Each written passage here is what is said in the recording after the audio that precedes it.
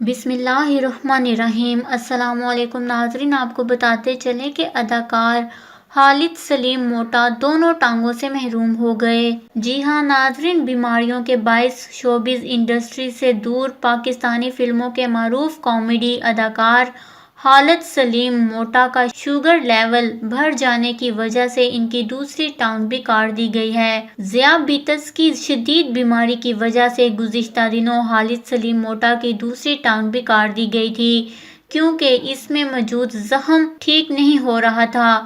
Sugar کے باعث ان کی ایک ٹانگ پہلے کاٹی جا چکی تھی۔ خالد سلیم موٹا نے عوام سے دعائے صحت کی اپیل کرتے ہوئے کہا کہ عوام کی دعاؤں کے طفیل میں جلد ٹھیک ہو جاؤں گا۔